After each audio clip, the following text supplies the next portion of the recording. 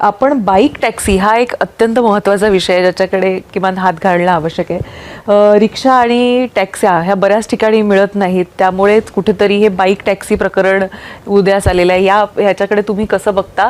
आणि अवेलेबिलिटी आणि खास करून ठाण्यामध्ये तर रिक्षा मिळणं नशिबाने मिळते असं म्हणतात.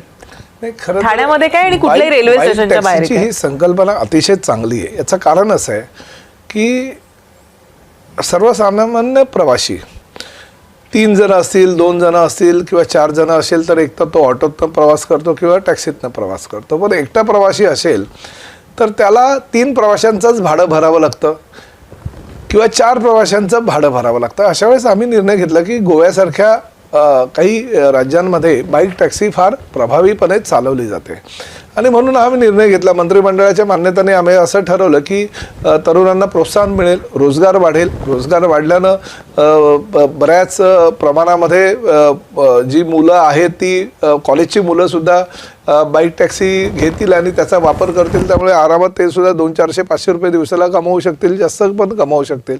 आणि हा चांगला उद्देश मनामध्ये ठेवून आम्ही बाईक टॅक्सीला परवानगी घेतली.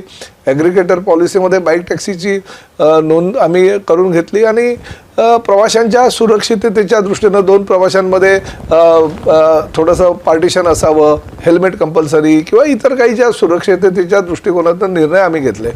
परंतु काय झालं, आम्ही प्रवाशांच्यासाठी हा निर्णय घेतला, परंतु रॅपिडो, ओला, उबर ह्यासारख्या कंपन्यांनी अक्षरशः कायदा धाब्यावर बसवत इलेक्ट्रिक बाईकच्या ऐवजी त्यांनी पेट्रोल बाईक रस्त्यावर आणल्या आणि पेट्रोल बाईकच्या माध्यमातून अनेक गुन्हे तर त्यांनी केले. परंतु त्याचबरोबर काही दिवसांपूर्वी एक घटना घडली की एक प्रवाशाचा मृत्यू झाला. कल्याणला 3 दिवसापूर्वी एका महिला प्रवाशाबरोबर अतिप्रसंग केला.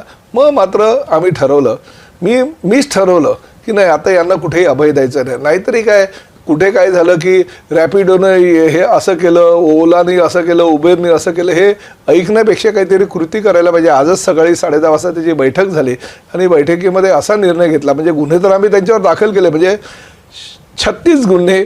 मला नाही वाटत की आमच्या ट्रान्सपोर्ट डिपार्टमेंटची स्थापना झाल्यापासून एवढे गुन्हे कुठल्या एखाद्या कंपन्यांवर टाकले असतील. आम्ही 36 FIR दाखल केले. चुकीच्या पद्धतीने ज्या ज्या ठिकाणी हे लोक बाईक रस्त्यावर आणत होते ते गुन्हे दाखल करण्याबरोबर असा निर्णय घेतला की आता त्यांना टेम्पररी लायसन आम्ही दिलं होतं. परवा आमच्या सेक्रेटरीच्या माध्यमातून एक समिती आहे, त्या समितीचं एक बैठक आहे. त्या बैठकीमध्ये त्या बाबतीतला निर्णय घेण्याचे अधिकार आम्ही दिलेले आहे आणि एवढे आम्ही त्या विषयावर आता सगळ्यांचं अधिकाऱ्यांचं एकमत झालेलं की यांना आता कुठेतरी धडा शिकवायला पाहिजे की